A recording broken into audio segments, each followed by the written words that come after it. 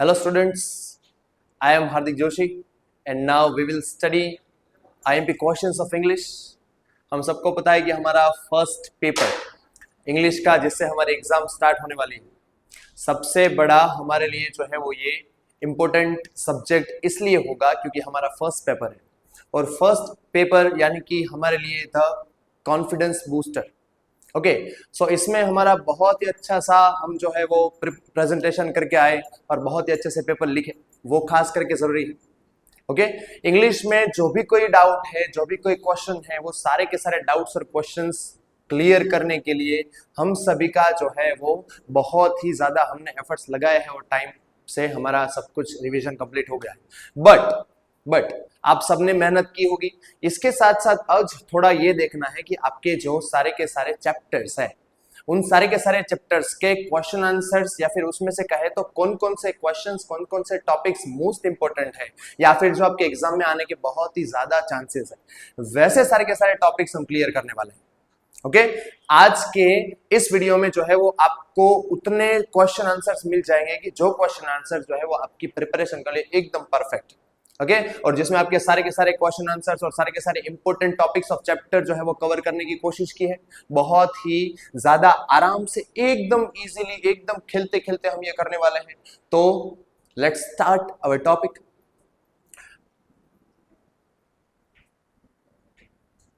अब देखो, हमारे सबसे पहले बात करते हैं हम हमारे चैप्टर्स की। ओके मतलब कि जो है वो हमको 9 चैप्टर्स टोटल दिए गए।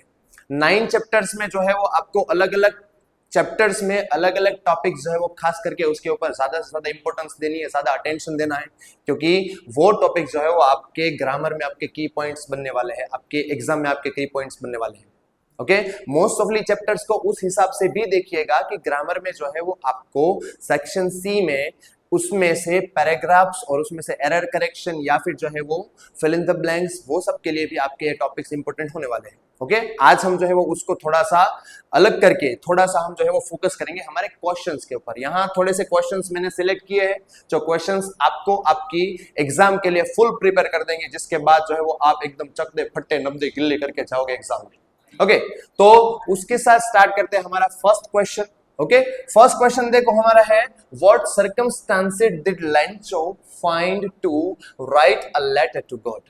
ओके अब क्वेश्चन में ये कहना चाहते हैं, एकदम सिंपल क्वेश्चन है, हमको पता है कि लेंचो को, भगवान को, गॉड को लेटर क्यों लिखना पड़ा, लेटर लिखने की जरूरत क्या पड़ी, ये हमको यहाँ पे पूछा गया है। देखो पूरा का पूरा चैप्टर जो है वो हमको पता है बहुत अच्छी तरीके आता है, तो बहुत अच्छी तरीके से वो चैप्टर पूरा का पूरा लिख के आने की जरूरत नहीं है।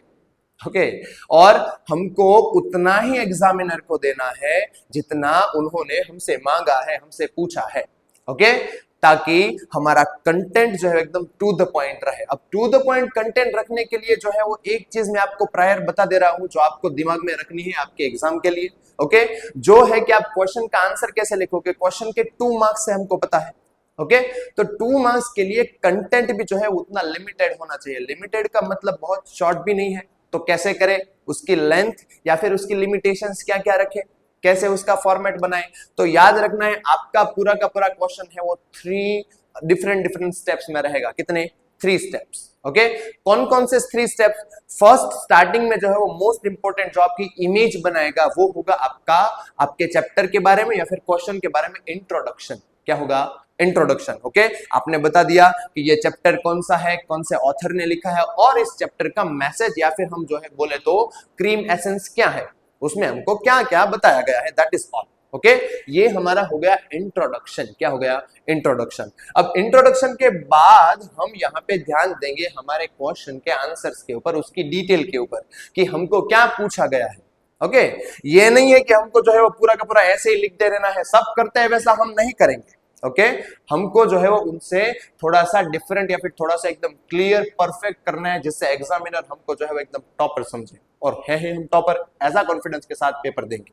ओके तो देखो यहां पे हमको ध्यान रखना है क्या पूछा गया है, what circumstances did Lencho find to write a letter to God. भगवान को लेटर लिखने के लिए लेंचो को क्या सर्कमस्टेंसेस जो है वो मिले थे या फिर किस वजह से लिखना पड़ा था।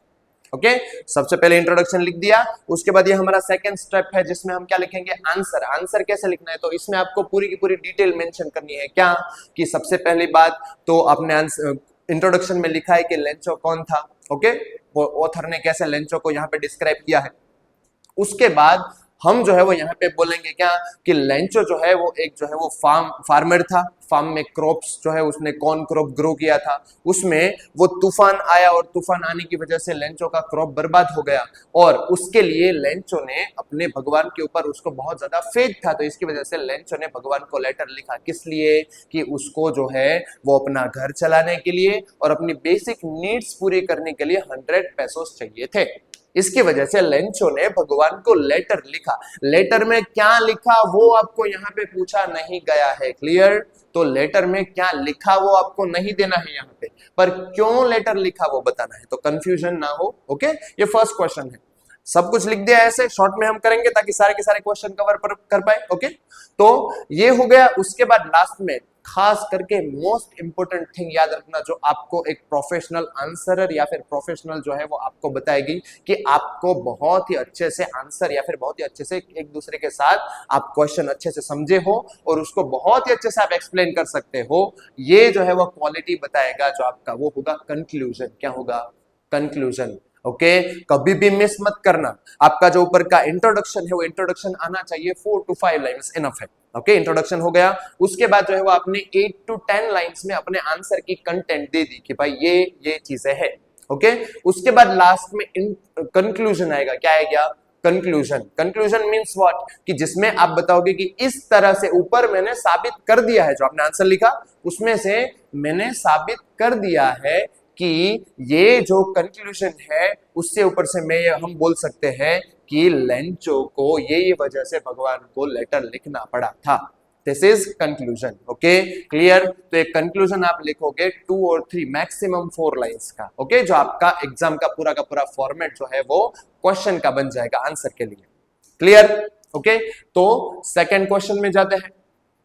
How had Lencho's faith resulted, What impact did it leave on him? Okay, अब सेकंड क्वेश्चन देखो, How had Lencho's faith resulted? Lencho का जो भगवान के ऊपर विश्वास था, लेंचो का जो भगवान के ऊपर जो उसकी श्रद्धा थी वो कैसे result lie. Okay how it resulted मतलब कि कैसे रिजल्ट मिला लेंचो को। और सेकंड क्या बताना है कि what impact did it leave on him, और उसका इंपैक्ट उसके ऊपर क्या पड़ा। तो देखो यहाँ पे आपको समझने की जरूरत है। पहले फर्स्ट टॉपिक को आप जो है वो जस्टिफाई करो, क्या कि लेंचो को क्या जो है वो कैसे रिजल्ट मिला। तो लेंचो ने भगवान को लेटर लिखा जो पोस्ट ऑफिस में उसने पोस्ट किया, पोस्ट मास्टर ने वो लेटर रिसीव किया, वहां पे उसने सोचा और इतना ज्यादा स्ट्रॉन्ग इफेक्ट पड़ा लेंचो की फेथ का पोस्ट मास्टर के ऊपर कि उसने जो है वो वहां पे अपने सारे के सारे जो पार्टनर्स थे, सारे के सारे जो एम्प्लॉइज थे, उन सभी के पास से उसने जो है वो थोड़ा थोड़ा कलेक्शन करके, थोड़ा थोड़ा डोनेशन करके जो है वो 70 पेसोस कलेक्ट करके लेंचो को दिए कि इसका इतना इमेंस फेथ है भगवान के ऊपर जो टूटना नहीं चाहिए। ओके तो इतना ज्यादा उसका इफेक्ट पड़ा और इतना ज्यादा उसको रिजल्ट मिला कि कोई अजनबी इंसान भी लेंचो के लिए इतना ज्यादा कुछ करता है वो उसकी फेथ के लिए। ओके तो ये आपने लिख दिया। सेकंड बात है कि उसका रिजल्ट मतलब कि लेंचो ने उसको कैसे देखा। देखो यहाँ पे what impact did it leave मतलब कि उसका इंपैक्ट क्या पड़ा। तो इतना ज्यादा इमेंस फेथ था लेंचो का कि लेंचो ने भगवान से 100 पेसोस मांगे थे, उसके लिए लेंचो को 100% विश्वास था कि भगवान उसको 100 पेसोस देंगे। ओके बट अब यहाँ पे क्या होता है कि 70 पेसोस ही जमा हुए थे वो पोस्ट मास्टर से। ओके तो लेंचो ने जब वो 70 पेसोस रिसीव किए तो पहली बात तो ये जो है वो फेथ को डिस्क्राइब करता है कि लेंचो को जरा भी शॉक नहीं लगा। ओके अनएक्सपेक्टेड चीज है ना कि भगवान जो है वो पैसे नहीं हमको यहाँ पे ऐसे ट्रांसफर कर सकते अगर प्रैक्टिकली देखे तो। ओके बट लेंचो को पक्का विश्वास था कि भगवान भेजेंगे, तो लेंचो को जरा भी शॉक नहीं लगा जो उसका फेथ दिखाता है, इमेंस फेथ इन गॉड। और सेकंड बात कि उसको गुस्सा आया। ओके क्या हुआ, गुस्सा आया। क्या गुस्सा आया कि भगवान जो है वो उन्होंने तो 100 पेसोस ही भेजे होंगे पर मेरे को 70 पेसोस ही मिले, मेरे को 100 पेसोस चाहिए थे। तो क्या हुआ होगा कि 30 पेसोस पोस्ट मास्टर या फिर जो है वो किसी ने पोस्ट ऑफिस के स्टाफ ने ले लिए होंगे। ओके ये जो है वो बात यहाँ पे दिखाती है कि लेंचो के ऊपर उसका क्या इंपैक्ट पड़ा हो गया, फिर लेंचो ने जो है वो उसके बाद क्या सोचा। ओके तो ये पूरी की पूरी बात पूरी डिटेल जो है वो आप मेंशन करोगे अपने आंसर में। क्लियर। अब जाते हैं थर्ड क्वेश्चन के लिए। देखो क्या लिखा है, elucidate the effect of first and last decade 20th decade of 20th century created by the white supremacy। देखो यहाँ पे आपको बोला गया है, सबसे पहला वर्ड खास करके ध्यान रखना, क्या लिखा है, इलुशिएट। इलुशिएट का मतलब जो है वो कोई चाइनीज वर्ड नहीं है, इंग्लिश ही है। ओके, मतलब क्या होता है उसका, थोड़ा सा आपको जो है वो टेस्ट करने के लिए इलुशिएट वर्ड यूज किया है। इसका मतलब होता है डिस्क्राइब या फिर एक्सप्लेन। क्या होता है, डिस्क्राइब या फिर एक्सप्लेन। इलुशिएट, देखो ये वर्ड जो है वो खास करके आप जो है वो याद रखोगे, कौन सा, इलुशिएट। ओके, जिसमें क्या बोला गया है आपको कि आपको जो है वो क्या करना है, डिस्क्राइब करना है, डिस्क्राइब या फिर एक्सप्लेन, ऐसा मतलब होता है उसका। तो क्या एक्सप्लेन करना है, the effect of first and last decade. First यानी कि स्टार्टिंग से, ओके, नेल्सन मंडेला वाले चैप्टर का हमारा क्वेश्चन है, चैप्टर नंबर 2 का। चैप्टर नंबर 1 में से 2 हमने कलेक्ट किए, चैप्टर नंबर 2 में से ये थर्ड क्वेश्चन। ओके, क्या है कि क्या इफेक्ट पड़ा था फर्स्ट डेकेड से लेकर लास्ट डेकेड तक। तो स्टार्टिंग में देखो, फर्स्ट डेकेड मींस 1901 से लेकर 1910 तक। ओके, ये हो गया फर्स्ट डेकेड, और लास्ट डेकेड मतलब कि 1991 से लेकर 2000 तक। ओके, तो ये जो है वो हमारा पूरा का पूरा फर्स्ट और लास्ट डेकेड हुआ। क्या इफेक्ट हुआ था, तो स्टार्टिंग में देखो नेल्सन मंडेला ने हमको पहले से ही कहा है कि पहले जब वो छोटे थे, मतलब कि स्टार्टिंग था 20th सेंचुरी का, उस टाइम पर जो है वो सारे के सारे लोग अच्छे से रह रहे थे। उसके बाद धीरे धीरे करके सारे के सारे व्हाइट्स ने उनके ऊपर कब्जा करना शुरू किया, उनको ज्यादा से ज्यादा टॉर्चर करना शुरू किया, और उसके बाद उसके ऊपर उसने डोमिनेंस ले लिया। ओके, तो ये हुआ था कब, फर्स्ट डेकेड में, स्टार्टिंग में, जब क्या था कि ब्लैक और व्हाइट जो है वो दोनों वहां पे रहते थे, पर फिर व्हाइट ने जो है वो ब्लैक के ऊपर रूल करना स्टार्ट कर दिया। वो स्टार्टिंग हुआ था कब, फर्स्ट डेकेड में। और उसके बाद जो है वो ब्लैक्स ने बहुत ही ज्यादा सैक्रिफाइसेस करने के बाद, बहुत ही ज्यादा लड़ाई लड़ने के बाद, लास्ट डेकेड में यानी कि 1991 से लेकर 2000 तक, जो ये पूरा का पूरा 10 साल थे, उसमें उन्होंने जो है बहुत ही ज्यादा उनको अपोज किया, उनके सामने लड़ाई लड़ी, और उनकी हिम्मत की वजह से और उनकी करेज, उनकी मेहनत की वजह से जो है वो उनको आजादी मिली मतलब कि सब लोग एक साथ रहने लगे। ओके, आजादी का मतलब ये नहीं था कि उन्होंने जो है वो व्हाइट्स को सबको खदेड़ दिया, फिर सबको वहां से भगा दिया। ओके, आजादी का मतलब क्या था कि उनको भी यहाँ पे रहने के लिए उन्होंने एक्सेप्ट किया कि ओके आप भी हमारे साथ रहो। ओके, और दोनों साथ में मिले, मतलब कि अपने जो राइट्स थे वो राइट्स उसने लिए, बट उस राइट्स को लेने के लिए उन्होंने जो है वो उन लोगों को जरा भी जो है वो टॉर्चर या फिर जरा भी उनको काउंटर अटैक नहीं किया। ओके, अपने राइट के लिए वो लड़े, और उसके बाद उनको जीत मिली, वो विक्ट्री मिली कब, लास्ट डेकेड में। ओके, तो फर्स्ट डेकेड में जो है वो गुलाम बनने की स्टार्टिंग, और लास्ट डेकेड में जो है उनको वो विक्ट्री मिली, जिसमें से वो आजाद हुए और नेल्सन मंडेला प्रेसिडेंट बने।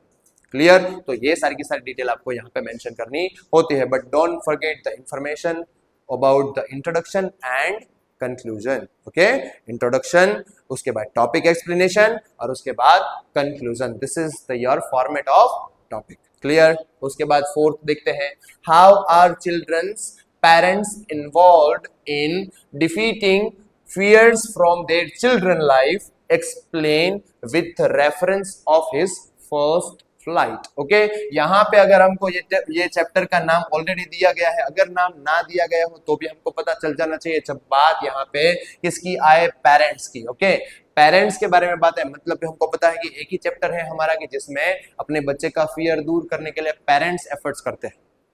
ओके, तो यही बात आपको यहाँ पे दिखानी है। क्या दिखाना है कि अपने जो है वो चिल्ड्रन में, अपने बच्चे में कोई डर है, कोई फियर है, तो उसको ओवरकम करने के लिए, उसको हटाने के लिए पेरेंट्स कैसे मदद करते हैं, या फिर पेरेंट्स जो है वो कैसे अपना इंपॉर्टेंट रोल प्ले करते हैं। ओके, ये बात बतानी है। कैसे बताएंगे, यहाँ पे ध्यान रखना। तो फर्स्ट स्लाइड में हमको पता है कि जो सीगल था, यंग सीगल, वो डरता था फ्लाइट करने से, उड़ने से डरता था। ओके, जिसकी वजह से उसके मम्मी पापा, उसके पेरेंट्स परेशान थे। तो उसने क्या किया था कि उसकी एक वीकनेस पकड़ी थी। ओके, क्या वीकनेस थी सीगल की, कि उस टाइम पे सीगल को बहुत ही ज्यादा भूख लगी थी। Okay, seagull was very hungry, so that's why उनके पेरेंट्स ने उसी चीज का, उसकी वो नीड का फायदा उठाया कि उसको भूख लगी है, अगर हम उसको खाना देंगे तो वो उड़ नहीं पाएगा, पर अगर वो भूख से तड़पेगा, अगर उसको पता चलेगा कि नहीं मेरे लिए एफर्ट्स मेरे को ही करने पड़ेंगे, तो उस टाइम पर उसको खुद को थोड़ा सा मोटिवेशन मिलेगा, या फिर मजबूरी में वो उड़ना स्टार्ट करेगा, या फिर उसके लिए वो इनिशिएटिव तो लेगा। ओके, ये सोचकर जो है वो सीगल के बारे में, या फिर जो है हम कहें कि सीगल के फियर को उन्होंने ओवरकम करने के लिए उसकी वो हंगर जो है उसको पकड़ा, जो उसकी वीकनेस थी, और उसके बाद उसके कारण किसी ने भी खाना नहीं दिया, इसी के कारण जो है वो सीगल लास्ट में उड़ पाया, जो हमको पता है। ओके, तो ऐसे ही पेरेंट्स जो है, देखो हमको रिलेट भी करना है। ओके, यहाँ पे आपको क्या पूछा गया, with the reference to his first flight. Okay, हमको स्टोरी नहीं देनी है सिर्फ और सिर्फ, हमको उसके साथ रिलेट करना है कि इस तरीके से हर पेरेंट्स जो है वो अपने बच्चे की कमजोरी और अपने बच्चे की स्ट्रेंथ दोनों चीजें जानते होते हैं। ओके, तो उस अपने बच्चे को उस डर को उनसे आजाद करने के लिए, फिर अपने बच्चे को डर से आजाद करने के लिए, उसका डर खत्म करने के लिए पेरेंट्स को या तो उसकी कमजोरी को हथियार बनाना चाहिए, या फिर उसकी स्ट्रेंथ को हथियार बनाना चाहिए। अगर वो कोई चीज के लिए बहुत ज्यादा पावरफुल है तो उसको मोटिवेट करो, और अगर कोई चीज उसको पता है कि उसकी वीकनेस है तो उसका थोड़ा सा इस तरीके से फायदा उठाकर उसको मजबूर करो, या फिर उसको जो है वो हम सीधी भाषा में कहे तो उसको थोड़ा सा जो है वो प्रेशराइज करो कि वो चीज वो करने के लिए मजबूर हो जाए और इनिशिएटिव ले, जिससे उसको पता चले कि मैं भी कर सकता हूं, मेरा ये डर तो फिजूल था जिसमें मैंने टाइम वेस्ट किया। ओके, फॉर एग्जांपल जैसे कि हम बाइसिकल सीखते हैं या फिर बाइक सीखते हैं। ओके, कि स्टार्टिंग में डर लग रहा होता है, उसके बाद धीरे धीरे पेरेंट्स बोलते हैं कि हो जाएगा तो हम कर लेते हैं और खुश होते हैं। ओके, तो उसके बाद जो है वो हमारा आता है question number 5, explain the contrast between two stories about flying। most important question, यहां पे IMP लिख लेना। ओके, मैं भी लिख ले रहा हूं, एग्जाम नहीं देनी तो भी। ओके, तो आप जो है वो ध्यान रखना कि मोस्ट इंपोर्टेंट क्वेश्चन है। किस लिए? क्योंकि क्वेश्चन जो है वो थोड़ा सा ट्विस्ट करके आ सकता है शायद, बट एसेंस यही रहेगा, ये क्वेश्चन पूछा जा सकता है, जिसके लिए मेरी सिक्स सेंस जो है वो बोल रही है, इतनी अच्छी है नहीं मेरी सिक्स सेंस पर बोल रही है, तो करना। ओके, देखो यहाँ पे एक्सप्लेन द कॉन्ट्रास्ट। अब सबसे पहली बात कि हम ठहरे बहुत ही ज्यादा इंटेलिजेंट बच्चे, तो इसकी वजह से हमको क्या करना है कि कॉन्ट्रास्ट दिखाना है। ओके, कॉन्ट्रास्ट दिखाने के लिए हम क्या करेंगे, अपनी इंटेलिजेंस शो करेंगे पेपर में। ओके, मेरी जैसी इंटेलिजेंस मत रखना। कॉन्ट्रास्ट करने का मतलब कि हमको जो है वो जैसे हम डिफरेंशिएट कर रहे हो किसी चीज को और बीच में लाइन किसी एक साइड ये लिख दिया एक साइड ये लिख दिया, वैसा करना नहीं है। Okay, it is the wrong way. यहाँ पे आपको पैराग्राफ वाइज ही लिखना है, हमारा format same to same, introduction, उसके बाद टॉपिक एक्सप्लेनेशन, उसके बाद कंक्लूजन। ओके, तो यहां पे भी सेम टू सेम ही करना है, पर कॉन्ट्रास्ट क्या दिखाना है आपको, वो आपको जो है वो क्लियर रहना चाहिए। क्या देखा है, देखो, टू स्टोरीज अबाउट फ्लाइंग, मतलब कि ये भी हमारे चैप्टर नंबर 3 में से ही क्वेश्चन है। ओके, तो क्या दोनों में डिफरेंस था, क्या कॉन्ट्रास्ट था, तो याद रखना फर्स्ट स्टोरी को पकड़ो पहले कि क्या था फर्स्ट स्टोरी में, कि यंग सीगल था, कि जो सीगल का नेचर है उड़ना। ओके, वो बर्ड है, तो बर्ड जो है वो नेचुरली उड़ने चाहिए, या फिर उनको उड़ने से डर नहीं लगना चाहिए, पर डर लग रहा था। ओके, ये मेन पॉइंट था उसका। जबकि सेकेंड स्टोरी में अगर आप देखो तो सेकेंड स्टोरी में जो है वो एक इंसान उड़ना चाहता है, एटमॉस्फेयर जो है वो बिल्कुल ही ऑपोजिट है, एटमॉस्फेयर जो है वो उसके लिए कन्वीनियंट नहीं है, वो खुद से नहीं उड़ सकता है। क्या कर रहा है उसने, तो उसके लिए उसने जो है वो प्लेन में उड़ रहा है, मतलब कि आर्टिफिशियल फ्लाइट है यहाँ पे। ओके, सीगल में क्या था, उसकी नेचुरल फ्लाइट थी जिससे उसको डर लग रहा था, और यहाँ पे वो उस इंसान की आर्टिफिशियल फ्लाइट है, फिर भी वो उड़ने के लिए बेकरार है। वहां डर लग रहा था और यहाँ पे डर नहीं लग रहा था, यहाँ पे जो है उसकी एक्साइटमेंट था या फिर ईगरनेस थी कि मेरे को इंग्लैंड पहुंचना है। ओके, तो इस बात के लिए यहाँ पे जो है वो ऑथर ने दोनों चीजों को अलग अलग रखा है, डिफरेंशिएट किया है। कैसे किया है कि फर्स्ट थिंग थी कि जिसमें सीगल जो था, ओके, वो उड़ने से डर रहा था, उसकी फ्लाइट से डर रहा था, कितने एफर्ट्स के बाद उनके पेरेंट्स ने उसको जो है वो उड़ने के लिए मजबूर किया। उसकी नेचुरल जो चीज होनी चाहिए या फिर उसके कहे तो नेचुरल कैरेक्टरिस्टिक है ये, ओके, उसकी नेचुरल स्पेशलिटी जो भगवान ने दी है उसको, ओके, उसको वो पहचान नहीं पा रहा था। और सेकंड में कि जो हमारे बस में काम नहीं है, ओके, वो भी हम करने के लिए जो है वो बहुत ज्यादा फैसिनेटेड हो जाते हैं, कि जिसकी वजह से उस पायलट को क्या करना पड़ा, उसको जो है वो स्टॉर्म का सामना करना पड़ा, कितनी ज्यादा जो है वो प्लेन में कुछ खराबी आ गई, और वो सारे के सारे जो है वो आर्टिफिशियल उनको जो डैमेजेस या फिर कहे तो हर्डल्स का सामना करना पड़ा, और उसकी वजह से जो है वो उसको जो है वो लास्ट में मदद मिल गई और हैप्पी एंडिंग हो गई, वो लैंड कर पाए।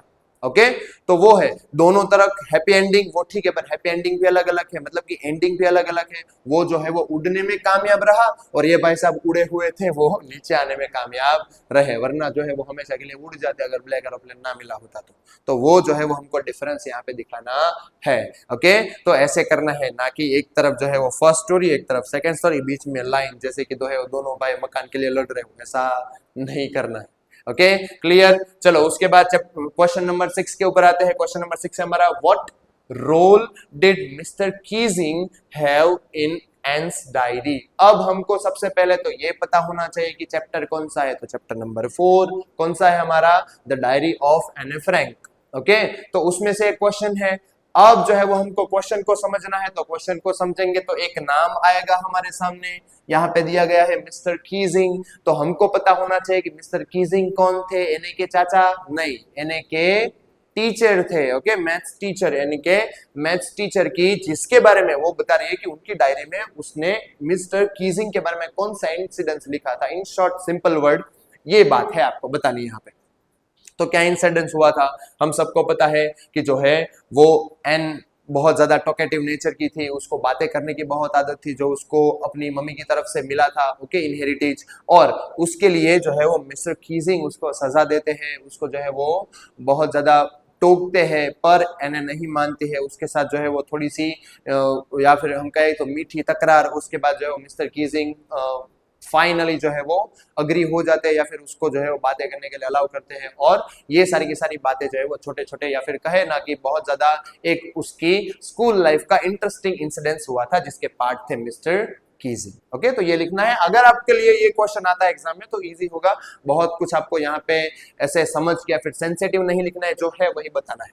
ओके जो इंसिडेंस आपको चैप्टर में ऑलरेडी दिया गया है। क्लियर। तो उसके बाद जो है वो हमारा क्वेश्चन नंबर 7 देखो, how was her grand mother important to her. अब यहाँ पे हर कौन है, हर हर महादेव नहीं, ऐसा नहीं है। ओके कल शिवरात्रि है पता है, पर यहाँ पे क्या करना है हमको कि हर मतलब कि एन फ्रैंक। ओके ये भी चैप्टर नंबर 4 में से ही है। ओके क्वेश्चन तो क्या करना है, how was her grand mother, उसकी ग्रैंड मदर जो है वो कितनी इंपॉर्टेंट थी एन के लिए, वो आपको बताना है। तो पहली बात तो आपको ये पता होनी चाहिए कि उनकी ग्रैंड मदर के साथ एन का रिलेशन कैसा था। तो कैसा रिलेशन था एन का, आपको ये ध्यान रखना है कि एन जो है वो उनकी ग्रैंड मदर के साथ ही रहती थी। ओके और उसके साथ बहुत ही अच्छा बॉन्डिंग था उसका, जब कोई क्वेश्चन हो, जब वो डिप्रेस हो तो उनकी ग्रैंड मदर जो है वो भी उसको बहुत ज्यादा मदद करती थी, या फिर जो है वो मेंटली उसको बहुत ज्यादा सपोर्ट करती थी। और उसके साथ साथ जो है वो एन अपनी ग्रैंड मदर के डेथ के बाद बहुत ज्यादा डिप्रेस्ड भी हो गई थी, उसका बहुत ज्यादा अटैचमेंट था, जो आप यहाँ पे बता सकते हो। Okay clear. ये जो है वो क्वेश्चन मैं बोलता हूँ ऑनेस्टली कहूँ तो जो है वो 60-70% शायद आए, ऐसा मुझे लग रहा है। मैं एकदम श्योर इस क्वेश्चन के बारे में नहीं हूँ। ओके बट फिर भी हमको चांस नहीं लेना है। ओके हमको जो है वो चांस पे डांस करना है, तो हमको यहाँ पे ये क्वेश्चन भी अपने माइंड में रख लेना है। Okay clear. उसके बाद जो है वो देखते हैं question number 9, why does N provide a brief sketch of her life. Okay अब देखो यहाँ पे क्या है, देखो हमारा जो है चैप्टर नंबर 4 है उसमें से अलग अलग इंसिडेंसेस ज्यादा है। ओके तो इंसिडेंसेस वाइज क्वेश्चंस भी ज्यादा आ सके वैसा हो सकता है। तो यहाँ पे हमको ध्यान ये रखना है कि क्या पूछा गया है, why does N provide a brief sketch of her life. Okay अब उसकी लाइफ का ब्रीफ के स्केच ओके कब प्रोवाइड किया था, फिर कब हमारे सामने रखा था एन फ्रैंक ने, तो जब वो डायरी लिखने की शुरुआत कर रही थी स्टार्टिंग में। ओके बट हमारा क्वेश्चन ये नहीं है, हमारा क्वेश्चन है कि क्यों रखा था, ब्रीफ इंट्रोडक्शन क्यों दिया अपना उसने। ओके क्योंकि उसको मन में ऐसा लग रहा था कि एक 13 साल की लड़की ओके जो स्कूल में पढ़ती है नॉर्मल गर्ल, उसकी डायरी कौन पढ़ेगा। ओके और उसकी डायरी लोग क्यों पढ़ेंगे, तो इसकी वजह से उसने जो है वो सबसे पहले ऐसा समझा कि पहले मैं अपनी लाइफ, अपने बारे में, अपनी पर्सनल लाइफ के बारे में तो थोड़ा बता दूं लोगों को, ताकि लोगों को उसमें इंटरेस्ट पड़े या फिर लोग अपने उसकी लाइफ को डायरी के इंसिडेंसेस के साथ रिलेट कर पाए। ओके तो ये जो है वो उसका एक रेफरेंस था या फिर बोले तो उसका एक इंटेंशन था कि जिसकी वजह से उसने यहाँ पे अपना ब्रीफ स्केच पहले दिया कि पहले आप मेरे बारे में जानो, उसके बाद जो है वो मेरी डायरी को आप पढ़ो तो ज्यादा आपको पता चलेगा, ज्यादा मेरे बारे में आप समझ सकोगे। ओके तो इसके लिए उसको थोड़ा सा मतलब हम ऐसा भी बोल सकते हैं कि कॉन्फिडेंस बहुत ज्यादा नहीं था, कि ऐसा लग रहा था कि मैं एक नॉर्मल सी बच्ची हूँ और 13 ईयर की बच्ची, ना ही इतनी कोई मैच्योर गिनेगा, ना ही उसको जो इतना कोई इंपॉर्टेंस देखा, तो मेरी डायरी को पढ़ने के लिए लोग जो है वो ज्यादा से ज्यादा अट्रैक्ट नहीं हो गए या फिर लोग नहीं पढ़ेंगे। तो इसकी वजह से उसने जो है वो क्या किया, पहले अपने आप को सामने रखा। ओके, मतलब कि उसके वर्ड्स के थ्रू, इंट्रोडक्शन के थ्रू उसने बताया कि एन फ्रैंक कैसी थी। ओके, मतलब कि वो खुद जो है वो कैसी थी, और उसके बाद जो है उसने अपने डायरी के इंसिडेंसेस या फिर जो है वो जो पूरी की पूरी लाइफ की बातें हैं वो करना शुरू किया। ओके, तो ये था रीजन की जिसकी वजह से उसने पहले अपना ब्रीफ कैरेक्टर स्केच दिया था। क्लियर? ओके, तो अब आगे देखते हैं, what were the locals of Goa nostalgic about. Okay, अब यहां पे भी वर्ड आ गया, कौन सा? नॉस्टैल्जिक, जो हमारे नोज में दम कर जाए। एक वर्ड की वजह से हमको पूरा चैप्टर नहीं स्किप करना है, पूरा क्वेश्चन नहीं स्किप करना है। क्यों? क्योंकि हमको उसका आंसर आता है, उसकी गारंटी मैं ले सकता हूं। क्यों ले सकता हूं? देखो, तो नॉस्टैल्जिक का मतलब होता है किसी को याद करना। क्या करना? याद करना। तो अब देखो उसको वर्ड को कि what were the locals of Goa, याद करते हैं लोकल्स ऑफ गोवा, जो गोवा के सारे लोग हैं जो वहां पे पहले से रहते हैं, वो गोवा की कौन कौन सी चीजों को आज तक याद करते हैं, या फिर अभी तक गोवा के वो जो है वो पहले के जो जमाने के या फिर जो है वो ओल्ड जनरेशन के थोड़े थोड़े बिजनेसेस या फिर उसकी जो स्पेशलिटीज थी उसको लोग आज भी मिस करते हैं। ओके, कौन कौन सी चीजें हैं? तो पहली तो चीजें जो हमको दी गई है किस चैप्टर में से, ये है बेकर्स ऑफ गोवा। ओके, तो हमको पता है तो बेकर्स ऑफ गोवा नाम ही है जिसमें से सबसे पहला बिजनेस तो क्या होगा? बेकरी। ओके, बेकर्स की लाइफ, लोग कैसे बेकर्स के साथ जुड़े हुए थे, वो पूरा का पूरा प्रोफेशन, वो सारी की सारी बातें जो है वो आज भी गोवा में हम चाहते हैं, तो उसका एसेंस कहीं ना कहीं हमको मिलता है। हम जो है वो उसके बारे में थोड़ा थोड़ा वहां से लोगों के बारे में, लोगों के पास से जान सकते हैं। लोग हमको बताते हैं कि कैसे गोवा के लोग रहते थे, वहां की लाइफस्टाइल कैसी थी, लाइफस्टाइल के साथ बेकर्स कितने ज्यादा डीपली जुड़े हुए थे, कनेक्टेड थे। ओके, ये सारी की सारी बातें आपको यहाँ पे डिस्क्राइब करनी है चैप्टर क्वेश्चन नंबर 9 में। ओके, नॉस्टैल्जिक का मतलब क्या होता है? याद करना या फिर मिस करना, याद करने से ज्यादा मिस करना। ओके, उसके बाद क्वेश्चन नंबर 10 देखते हैं, how did Coorgi homes treated visitors. Okay, हमारे इसी चैप्टर की सेकेंड स्टोरी, ओके, जिसमें जो है वो हमको कुर्ग के बारे में बहुत अच्छे से बताया गया है। ओके, जिसमें कुर्ग के लोग, कुर्गीज यानी कि कौन, जो कुर्ग में रहते हैं वो लोग, तो वो लोग जो है वो होम्स यानी कि कैसे उनको जो है वो ज्यादा से ज्यादा मतलब ट्रीट करते हैं, जो आते हैं वहां से, जो वहां पे ही रहते हैं, उनके लोकल पीपल है जो कुर्ग के, वो लोग कैसे ट्रीट करते हैं विजिटर्स को, जो कुर्ग को विजिट करने आते हैं उसको कैसे ट्रीट करते हैं। ओके, तो बहुत ही अच्छे से, बहुत ही पोलाइटली, बहुत ही पॉजिटिवली, और एक जो है वो बहुत ही ज्यादा एक अलग ही प्यार, अलग लगाव के साथ वो लोगों को यहाँ पे रखते हैं, अपने घर पे रखना, उसको जो है वो कुर्ग के बारे में सारी की सारी बातें बताना, कुर्ग का एक नेचर या फिर उसकी ब्यूटी जो है वो उनको दिखाना, और उसके साथ एक बहुत ही अच्छा सा फैमिली नेचर बनाते हैं। ओके, तो ये बात है। सेकेंड थिंग कि कुर्ग की हिस्ट्री बताते हैं, उनके बारे में, जो वहां के कुर्ग में लोग पहले जो रहते थे, उनके फोर फादर्स और एंसिस्टर्स और वो सब। ओके, उसके बारे में सारी की सारी बातें बताते हैं। कुर्ग की एक जो हम बोले कि थोड़ी लेगेसी रही है, या फिर कुर्ग के लिए जो है वो हम कहें कि इंपॉर्टेंस है कुर्ग की हमारे भारत के लिए, वो सारी की सारी बातें भी वो लोग वहां पे विजिटर्स को बताते हैं। तो ऐसे जो है वो लोग, कुर्ग के लोग जो है वो विजिटर्स को बहुत ही अच्छे से, बहुत ही वार्मली और बहुत ही प्लीजेंटली वेलकम करते हैं। Okay, next question, describe the tourist attraction of Coorg. अब देखो यहाँ पे ये दोनों क्वेश्चन जो है वो को रिलेटेड है, मतलब कि दोनों में सेम आंसर छाप के आ जाना नहीं है। ओके, मेरे जैसा मत करना।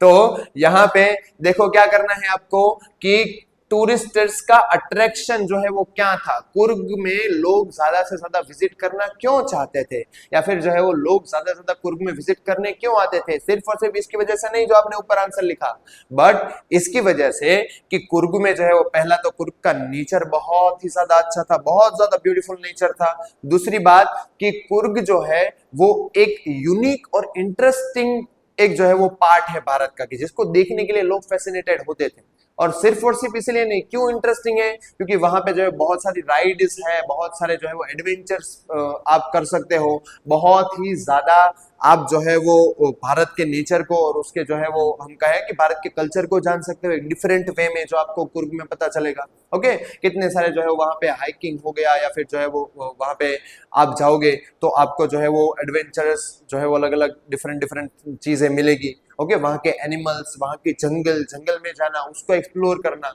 वो सारी की सारी बातें जो है वो लोगों को बहुत ज्यादा अट्रैक्ट करती है, बहुत ज्यादा फैसिनेटेड करती है। ओके, बहुत ज्यादा फैसिनेट करती है किसके लिए? कुर्ग की विजिट करने के लिए। पता चला? तो ये सारे के सारे क्वेश्चन जो है वो खास करके याद रखना। ओके, अभी हम जो है वो आगे देखते हैं कि कौन कौन से क्वेश्चंस है। ओके, अब देखो हाउ डिड, उसके बाद का question, how did the author Miss Beam the author. बहुत ही प्यारा सा, बहुत अच्छा सा चैप्टर मेरे जैसा। ओके, तो देखो यहाँ पे क्या करना है आपको, how did the author react whilst and after. ये दोनों वर्ड जो है वो याद रखना आपके कौन कौन से हैं, वाइल्स्ट एंड आफ्टर, ये दोनों वर्ड जो है वो खास करके आपको याद यहाँ पे रखने हैं। कैसे याद रखने हैं? तो सारी की सारी बातें जो है वो आप जान सकोगे कि यहाँ पे जो है वो अब हमारे लिए क्या वाइल्स और आफ्टर दोनों का मतलब क्या होता है, वो बात आपको जाननी है। ओके, वाइल्स और आफ्टर, तो ये दोनों देखो यहाँ पे क्या होगा कि क्या बोला गया है, how did the author react whiles and after Maxwell took it to the bathroom. Okay, अब देखो वाइल्स का मतलब होता है कि जब स्टार्टिंग में हमारे जो ये मैक्सवेल भाई साहब है वो ऑटर को लाए थे। ओके, उस टाइम पर मतलब क्या होता है, वाइल्स्ट। ओके, और आफ्टर मतलब कि उसके बाद क्या रिएक्शन हो गया, कैसा बिहेवियर था। तो स्टार्टिंग में हमको पता है कि मिसबिल भाई साहब जो है वो मैक्सवेल के साथ बहुत ज्यादा कंफर्टेबल नहीं थे, और कोई भी नहीं होता क्योंकि वो उसका पूरा का पूरा जो है वो एक कंफर्ट जोन छोड़ के आ रहा था इसके साथ, और ना ही उसको जानता था। तो बहुत ही ज्यादा वो जो है वो थोड़ा सा डरा हुआ सा, ओके, या फिर थोड़ा सा नर्वस जैसा था एक दो दिन। ओके, उसके बाद जो है वो उसके बाद धीरे धीरे मिसबिल को यानी कि ऑटर को जो है वो आदत हो गई मैक्सवेल की, मैक्सवेल ने उसको मिसबिल नाम भी दे दिया। ओके, उसके बाद बहुत ज्यादा फ्रेंडशिप हो गई जब, और उसके बाद ये सारी की सारी बातें हो गई। उसके बाद आपको इंसिडेंट जो है वो कवर करना है बाथरूम वाला। कौन सा? बाथरूम वाला इंसिडेंट जो है वो आपको कवर करना है कि जब मिसबिल फर्स्ट टाइम बाथरूम में गया, या फिर जो है वो बाथरूम में जब मिसबिल जाता था तो क्या होता था। तो पहली बात तो ये थी कि जब जो हमारे ऑथर है मैक्सवेल भाई साहब है, वो मिसबिल को जो है वो नहाने के लिए ले जाते थे, बाथ के लिए, शावर के लिए ले जाते थे। तो तब ये ऑटर जो है वो बहुत ही ज्यादा पानी में जो है वो ऐसे हाथ मारने लगता था और पानी को बहुत ज्यादा उड़ाता था और मजे करता था। क्यों? क्योंकि मिसबिल की एक कैरेक्टरिस्टिक है, ये पॉइंट आप खास करके इसमें जो है वो मेंशन करोगे। ओके, कौन सा? कि ऑटर्स की एक कैरेक्टरिस्टिक होती है कि उनको जो है वो एकदम स्टिल या फिर जो है वो बहुत ही ज्यादा एकदम रुका हुआ पानी पसंद नहीं होता है। ओके, उनको एकदम जो है वो पानी जैसे बह रहा हो, वह बहता पानी बहुत ज्यादा पसंद है। तो इसकी वजह से मिसबिल जो है वो पानी में मूवमेंट करने के लिए हाथ अपने टैप करता था बहुत ज्यादा, और उससे जो है वो मिसबिल को मजा आता था। ओके, एक बार ऐसा भी हुआ था बाथरूम में कि मिसबिल जो है वो अकेला चला गया। ओके, ऑटर अकेला चला गया बाथरूम में, और उसके बाद जो है वो बाथरूम के वो पॉट के ऊपर चढ़ के वो जो है वो पूरा का पूरा वाल घुमाने लगा। ओके, वो तो सही हुआ, ऑथर बाजू में से देख रहे थे, सही हुआ कि उसने बेचारे ने सीधा घुमाया, तो जैसे उसमें से पानी निकलने लगा शावर में से, मिसबिल को बहुत ज्यादा मजा आ गया, भाई बहन ने एंजॉय किया। ओके, तो ये सारी की सारी बातें जो है वो यहाँ पे इंसिडेंसेस बाथरूम के साथ। और वायलिस मतलब कि जब मिसबिल को ऑथर लाए थे तब उसका बिहेवियर कैसा था, और एंड आफ्टर मतलब कि उसके बाद जब मिसबिल धीरे धीरे फेमिलियर होता गया ऑथर के साथ, तो उस टाइम पर कैसा बिहेवियर था। क्लियर? ये सारी की सारी बातें आपको उसमें बतानी है। उसके बाद का question, what are compulsive habits that Miss Beam learn from the school children. देखो नॉर्मल सी बात है। ओके, ये जो क्वेश्चन है उसको बच्चे ज्यादातर छोड़ के आते हैं या फिर नहीं लिखते हैं। क्यों? क्योंकि आपको लगता है कि क्या ही चीज होगी, उसमें क्या लिख लेंगे, बट हमको पता है कि इसका आंसर भी शॉर्ट ही आता है। कोई कोई ऐसे क्वेश्चन आ गए तो उसके आंसर में आपको बहुत ज्यादा स्ट्रेच करने की, खींचने की जरूरत नहीं है। ओके, उसमें जो है वो आपको जो चीज है वो पता नहीं है। तो क्या एक एक्टिविटी थी, तो स्कूल जो है वो स्कूल के बच्चे जैसे जो है वो वहां पे खेलते रहते थे, उसके बाजू में एक दीवार थी, ओके, वॉल। तो उस वॉल के ऊपर जो है वो भाई साहब मिसबिल जो है वो भी उस बच्चों की तरह उसके साथ साथ वो एंजॉय करने के लिए क्या करता था कि उसके साथ साथ वो भी जो है वो वॉल के ऊपर वो ऑथर के सहारे, मैक्सवेल के सहारे चढ़ जाता था और उसके बाद जो है वुल के ऊपर जो है वो चलता था वैसे और दौड़ता था, वो सब कुछ करता था। वो जो इंसिडेंस है वो आता है यहाँ पे। ओके, जो उसकी जो है वो एक कंपल्सिव हैबिट जो है वो बन चुकी थी। ओके, उसके बाद से question number 14। Okay, what delayed the author's shifting to England. ये बात खास करके याद रखना, क्वेश्चन जो है बहुत ज्यादा आ सकता है, आईएमपी क्वेश्चन है आपके लिए, इंपॉर्टेंट क्वेश्चन है इस चैप्टर में से। ओके, व्हाट डिलेड, क्या डिले हुआ था, कौन सी वजह थी कि जिससे हमारे जो ऑथर भाई साहब है, मतलब कि मैक्सवेल भाई साहब है, वो इंग्लैंड जाने के लिए उसको देरी हो गई, डिले हो गया। तो हमको पता है कि वहां पे वो गए थे कि एक मेल रिसीव करने के लिए जो आया नहीं था। ओके, काम था कुछ, तो वो मेल आया नहीं था तो उसको रहना पड़ा था 3 दिन के लिए वहां पे। उसके बाद भी जो है वो क्या हुआ, तो फर्स्ट टाइम तो ऐसा हुआ कि वहां पे पहले का जो है वो टाइम ये था कि अगर आपको कोई क्वेरी के लिए, इंक्वायरी के लिए फोन करना है तो फोन पहले बुक करना पड़ता था। तो 24 आवर्स पहले बुक करो, मतलब 24 आवर्स वैसे रहना पड़ा। उसके बाद जो है वो क्या था, तो कोई जो है वो वहां पे एक छुट्टी थी जिसकी वजह से उसको जो है वो एक दिन और रुक जाना पड़ा, क्योंकि कॉल बुक नहीं हुआ, बात नहीं हुई। और तीसरे दिन क्या हुआ कि कॉल की लाइन जो है वो खराब थी, फोन की लाइन। ओके, तो इसकी वजह से उसको 3 दिन रुकना पड़ा, डिले हो गया। और उसके बाद जो है वो उसको मिसबिल भाई साहब मिल गया और उसका सफर बहुत अच्छा हो गया। ओके, तो ये सारी की सारी बातें हैं वो आप किसमें लिखोगे, हमारे क्वेश्चन नंबर 3, क्वेश्चन नंबर 14 में। ओके, कि कैसे डिले हुआ था। तो ये 3 रीजंस थे, आप जरूर मेंशन करोगे, अच्छे से आप उसको लिख पाओगे। उसके बाद यहाँ पे हमारा क्वेश्चन नंबर 15 देखो, what kind of girl is Wali. Okay, हमारी प्यारी सी क्यूट सी मैडम, ओके, कि जो बस राइड, बस में बैठने के लिए बहुत ज्यादा फैसिनेटेड थी, उसके लिए ये क्वेश्चन है। देखो, what kind of girl is Valli, why is the title named madam rides the bus. Okay, इसको ऐसे भी आ सकता है कि justify the title madam rides bus, okay, the reference of, with reference of Valli's character, ऐसे भी एक क्वेश्चन आ सकता है। ओके, तो यहां पे क्या पूछा गया है आपको कि वली कैसी थी, what kind of a girl is Valli, Valli जो है वो किस तरीके की लड़की थी। तो हम यहाँ पे बोल सकते थे, एक तो बहुत छोटी थी फिर भी जो है वो बहुत ज्यादा करेजियस, बहुत ज्यादा जो है वो फैसिनेटिंग, और बहुत ही ज्यादा जो है वो एकदम निडर थी। ओके, फियरलेस थी, कि जिसकी वजह से एकदम कुछ भी सोचे बिना, वरना सोचो आपकी इतनी छोटी सी 8 साल की बच्ची, ओके, तो वो जो है वो क्या करती है, अकेले निकल पड़ती है बस में जाने के लिए, और वो भी अपनी मम्मी को सबको चकमा देकर। ओके, जैसे हमको ऐसा लगे जैसे फ्यूचर में वो जो कोई सीक्रेट एजेंट बनना चाहती है। ओके, तो ऐसा यहाँ पे वली का कैरेक्टर है कि वली जो है वो क्या एकदम फियरलेस है, बहुत ही ज्यादा मैच्योर भी है।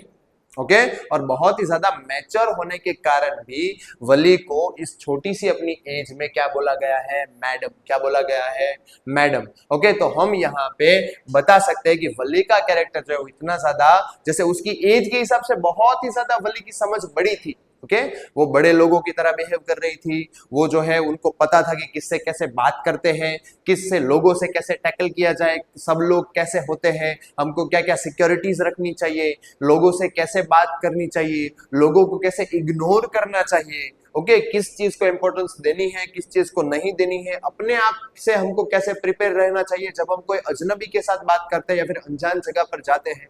ये सारी की सारी बातें जो है वो वली को पता थी, और वली जो है वो बहुत ज्यादा मैच्योरिटी से जो है वो पूरी की पूरी कोई भी मिस्टेक या फिर जो है वो कोई भी फंबल या फिर कोई भी कंफ्यूजन, नर्वसनेस के बिना, ओके, वो अकेली गई, बस में ट्रैवल किया, और एक मैच्योर और एक जो है वो यंग मैडम की तरह जो है वो वापस भी आई, जिसकी वजह से यहाँ पे ये टाइटल जो रखा गया है मैडम राइड्स द बस, वो करेक्ट है या फिर जो है वो वली के कैरेक्टर से बिल्कुल ही मैच करता है, ऐसा हम बोल सकते हैं। जिसमें हमको जो है वो राइड्स द बस और ये सब छोड़ो, इसको, इस वर्ड को मेंशन करना है, यहाँ पे जस्टिफाई करना है कि वली को मैडम क्यों बोला गया है। क्लियर? ओके, तो ये बात जो है वो यहाँ पे आप ध्यान रखना, ताकि आपका आंसर जो है बहुत ज्यादा सुपर्ब हो सके। ओके, चलो उसके बाद बात करते हैं क्वेश्चन नंबर 16 की, justify Valli's determination to fulfil her dreams. Okay, अब वली का डिटर्मिनेशन, डिटर्मिनेशन मतलब क्या, कि वली जो है वो अपना ड्रीम, क्या ड्रीम था पहले तो ये बात कर लेते हैं। ओके, वली का ड्रीम क्या था कि उसको बस राइड करनी थी, मतलब कि बस में जो है उसको जाना था, बस में राइड करनी थी, एक आराम से घूम के टहल के वापस आना था, वो वली का ड्रीम था। छोटी सी बच्ची के ड्रीम ऐसे ही हो सकते हैं, हमारे भी जो है वो, हम बचपन में जब थे तब हमारे भी ऐसे रहे होंगे। वली हर रोज बस को देखती थी, उसको लगता था कि चलो एक बार तो इस बस में बैठेंगे। ओके ये वली का ड्रीम था। और उस ड्रीम के लिए वली ने क्या क्या ट्राई किया था या फिर क्या क्या उसका डिटर्मिनेशन था, कितनी ज्यादा वो जो है वो अपने आप से एकदम जो है वो कंफर्म थी कि नहीं मैं बस ड्राइव तो करूंगी ही, उसको बोलते हैं डिटर्मिनेशन। एक हमारा जो है वो एक दृढ़ विश्वास या फिर दृढ़ जो है वो हमारा निश्चय, ओके हमारा डिसीजन कि जिससे हम कभी भी हटेंगे नहीं, उसको बोलते हैं डिटर्मिनेशन। तो कैसा डिटर्मिनेशन था वली का, जस्टिफाई करो। यहाँ पे जस्टिफाई करना मतलब कि उसको यहाँ पे हमारे सामने साबित करना, समझाना। कैसे समझा सकते हैं? तो पहली बात तो हम ये देखेंगे कि वली की जो सारी की सारी फेवरेट एक्टिविटीज थी वो वली ने बस राइडिंग करने के लिए नहीं की। क्यों नहीं की? तो उसके बारे में पहले तो वली ने इंफॉर्मेशन गेट की थी, सारी की सारी इंफॉर्मेशन, लोग जो बात कर रहे थे या फिर बस में जो लोग ट्रैवल कर चुके थे उन सभी लोगों को वली देखती थी, उनको सुनती थी, उनसे जो है वो पूछती थी, बातें करती थी और उसने इंफॉर्मेशन निकलवाई। देखो ये भी एक उसकी मैच्योरिटी बताते हैं जो आगे हमने देखा था। ओके और उसके बाद वली ने जो वो सारा का सारा प्रिपरेशन किया, जो हमको पता है, जो उसका डिटर्मिनेशन दिखाता है कि जिसमें वली को जरा सा भी चूक ना हो, ओके उसका ड्रीम फुलफिल करने में।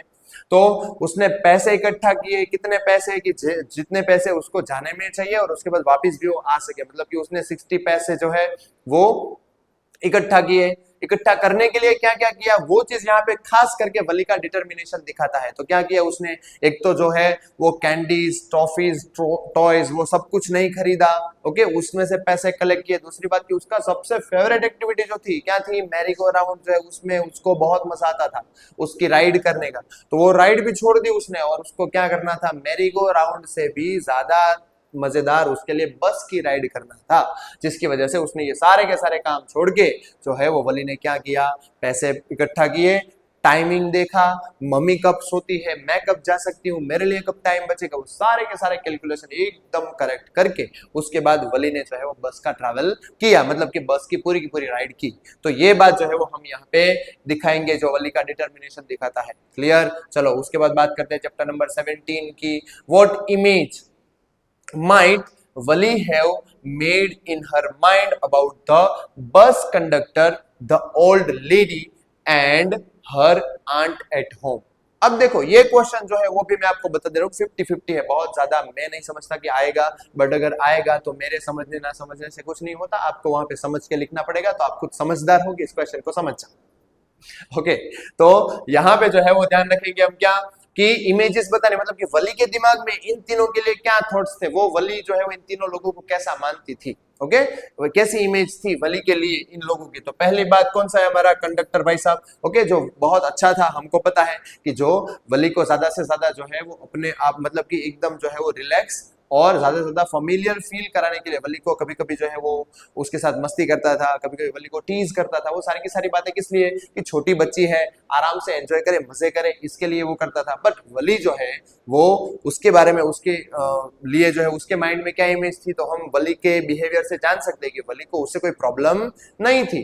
ओके वली उसको एक अच्छा इंसान मान रही थी, बट एक स्ट्रेंजर, ओके अजनबी मान रही थी, जिसकी वजह से वली उसके साथ पूरी तरीके से बात नहीं कर रही थी। मतलब कि वली जो है उसके साथ जो है वो हाय हेलो या फिर जो है वो बस में ट्रैवल करने वाली है, ओके तब तक का जो है वो थोड़ा सा कनेक्शन या फिर थोड़ा सा रिलेशन रखना चाहती थी, बहुत ज्यादा नहीं। ओके मतलब कि वो उसको एक अच्छा इंसान, एक प्लेजेंट इंसान मान रही थी, जिससे वली को कोई खतरा या फिर वली के लिए वो जो है वो कोई प्रॉब्लम नहीं क्रिएट कर सकता था। ओके उसके बाद जो है वो ओल्ड आंटी, वो तो हमको पता है कि ओल्ड आंटी का कैरेक्टर वली को कैसा लगा था। तो एक तो बहुत ही ज्यादा जो है वो वली को वो आंटी पसंद नहीं थी, क्योंकि पहली बात तो उसने उसको डांटा था कि वहां पे खिड़की में मत देखो, ये वो सब, ओके तो उसके लिए वली को वो कैरेक्टर पसंद नहीं था। दूसरी चीज की उस ओल्ड आंटी का कैरेक्टर या फिर उसका जो पर्सनालिटी ऐसी थी, ओके जिसकी वजह से वली को वो बहुत ज्यादा पसंद नहीं आई थी। ओके और तीसरी बात कि वो ओल्ड लेडी जो है उसको वली बहुत ज्यादा इग्नोर ही कर रही थी, उसने ना तो उसके ऊपर ध्यान दिया था और ना ही वली को उसके साथ बात करना भी पसंद था। मतलब कि वो ओल्ड लेडी के लिए वली की इमेज जो है वो बहुत ज्यादा पॉजिटिव थी नहीं। थर्ड है उनकी आंट, ओके जो घर पे थी, क्या कर रही थी, तो के जो है वो हमारे यहाँ पे सारी की सारी आंटीज करती है क्या, तो इधर की बात उधर, उधर की बात इधर। तो ये सारी की सारी बातें जो है वो यहाँ पे उसके घर पे जब वली गई तो हो रही थी, जो उसने देखा तो वली के माइंड में एकदम वो उसकी आंटी को जानती थी कि ये जो है वो सारी की सारी बातें करते हैं टाइम पास करने के लिए, मतलब कि जो है वो थोड़ी सी एकदम जो है वो हम क्या बोले कि नॉर्मली जो है वो बातें करती रहती है, बोलती रहती है, उसका काम ही यही है। मतलब कि थोड़ी सी कहे ना कि हम एक इग्नोरेबल पर्सन, ओके वैसा जो है वो वली के माइंड में उसकी इमेज थी उसकी आंट के बारे में। ओके चलो अब आगे देखते हैं क्वेश्चन नंबर 18। तो what happened to the prince one day, okay mention its consequences. Okay अब यहाँ पे प्रिंस कौन, मैं नहीं, मेरा शक्ल देखकर कोई प्रिंस कहेगा नहीं। यहाँ पे जो है वो बात किसकी हो रही है, प्रिंस मतलब कि हमारा ये चैप्टर नंबर 8 जो वली वाला था उसके बाद का चैप्टर, मतलब कि चैप्टर नंबर 9 कौन सा है हमारा, तो गौतम बुद्ध वाला हमारा चैप्टर है, किसा गौतमी वाला हमारा चैप्टर है जो हमको देखना है, the sermon at Benares. Okay तो यहाँ पे प्रिंस कौन थे, तो गौतम बुद्ध हमको पता है कि जो है वो स्टार्टिंग में जब उसका जन्म हुआ था बहुत ही बड़े किंगडम में, मतलब कि वो एक प्रिंस थे। तो यहाँ पे प्रिंस मतलब कौन, ओके प्रिंस मतलब कौन, गौतम बुद्धा। ओके तो यहाँ पे बात किसकी हो रही है, गौतम बुद्धा की, गौतम बुद्ध। ओके तो वो हमारे ये जो प्रिंस भाई साहब है, ओके वो यहाँ पे हमको बताना है कि क्या हुआ था एक दिन उसके साथ, या फिर जो उसके लिए जो है वो कॉन्सिक्वेंसेस जिससे वो संत बन गए, ओके जिससे वो एक बहुत ही बड़े जो है ऋषि या फिर साधु बन गए। ओके ये जो है वो बात हमको यहाँ पे बतानी है कि किससे वो मॉन्क बन गए।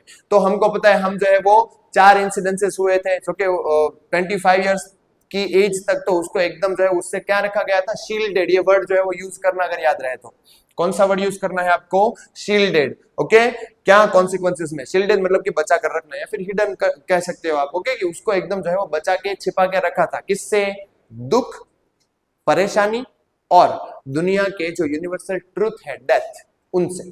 ओके क्यों, वो चीज जो है वो बात की है, आपको यहाँ पे वो डिस्क्राइब नहीं करना है, बट उसके लिए 25 ईयर्स तक उसको बचा के रखा था उसके पापा ने। क्यों, क्योंकि वो नहीं चाहते थे कि वो जो है वो बड़े होकर एक साधु बने, क्योंकि ऋषि ने बोला था ना उसके जन्म के टाइम पे कि अगर ये बच्चा जो है वो दुनिया की सच्चाई को पहचान जाता है तो ये बहुत ही बड़ा साधु बनेगा, और अगर वो उससे नहीं पहचान पाता है या फिर उससे दूर रहता है तो वो जो है बहुत ही बड़ा राजा बनेगा। तो उसके पापा जो थे, गौतम बुद्ध के पापा, वो उसको राजा बनाना चाहते थे, जिससे उसने बहुत दूर रखा था। पर एक बार ऐसा हुआ कि गौतम बुद्ध को मन हुआ शिकार पे जाने का, और उसकी वजह से वो चले गए कहाँ पे, हंटिंग पे, शिकार पे। और उसकी वजह से जो है वो यहाँ पे गौतम बुद्ध जो है वो जब जा रहे हैं तो उन्होंने जो है वो अलग अलग इंसिडेंसेस देखे। ओके कौन कौन से इंसिडेंसेस थे, तो एक तो उसने देखा कि कोई जो है वो भिखारी भीख मांग रहा है, मतलब कि उसके पास खाने के लिए कुछ नहीं है, वो उसने देखा। Okay one man who was begging, तो वो उसने देखा कि जिससे पता चला कि ओहो यहाँ पे तो भूख और वो सब, मतलब कि जो है वो हमको कितना करना पड़ रहा है हमारे पेट के लिए। ओके ये बात उसको पता चली। दूसरी बात जो है उसको पता चली क्या, कि एक जो है वो बूढ़ा इंसान था बहुत ही बैठा हुआ, जो उसको पता चला कि ये जो मैं आज जवान हूँ, मेरी जो ये अब ये ग्लोइंग स्किन या फिर जो हमारा रूप, हमारा जो ब्यूटी है, वो सारी की सारी चीजें एक बार ऐसी हो जाएगी, मतलब कि हम भी बूढ़े होंगे, हमारी ये सारी की सारी चीजें वो भी चली जाएगी, ये उसको पता चला। तीसरी बात उसने देखा कि बहुत ज्यादा बीमार इंसान है, जो बहुत ही ज्यादा उसको पीड़ा हो रही है, बहुत ज्यादा पेन हो रहा है। ओके तो उसने देखा कि हमारा ये बॉडी जो है ना वो भी हमारा साथ छोड़ सकता है, मतलब कि हमको भी ये पेन बॉडी की वजह से फेस करना पड़ सकता है। तो ये बात उसने जानी। और फोर्थ जो सबसे ज्यादा इंपॉर्टेंट और सबसे ज्यादा जो है वो इफेक्टेड, या फिर कहे तो हम सबसे ज्यादा उसके लिए बहुत ज्यादा उसका संत बनने का एक रीजन बोल सकते हैं। ओके वैसा वो क्या था कि उसने क्या देखा था, एक जो है वो फ्यूनरल प्रोसेशन। फ्यूनरल प्रोसेशन का मतलब होता है कि अंतिम यात्रा। उसने क्या देखा, अंतिम यात्रा। उसने जो है वो अपने साथ जो रथ चलाने वाला, घोड़ा चलाने वाला होता है, उसको पूछा कि ये क्या है, तो उसने बोला कि एक इंसान मर गया है। ओके कि जिसकी अंतिम यात्रा चल रही है, फ्यूनरल प्रोसेशन चल रहा है। मतलब कि गौतम बुद्ध ने बोला कि मर गया मतलब क्या, तो उसने बोला कि हमारा ये बॉडी है उसमें से आत्मा निकल गई और बॉडी अब कुछ काम की नहीं है। तब उसको पता चला कि अरे ये चीज देखो, यहाँ पे हमारा एसेंस आया।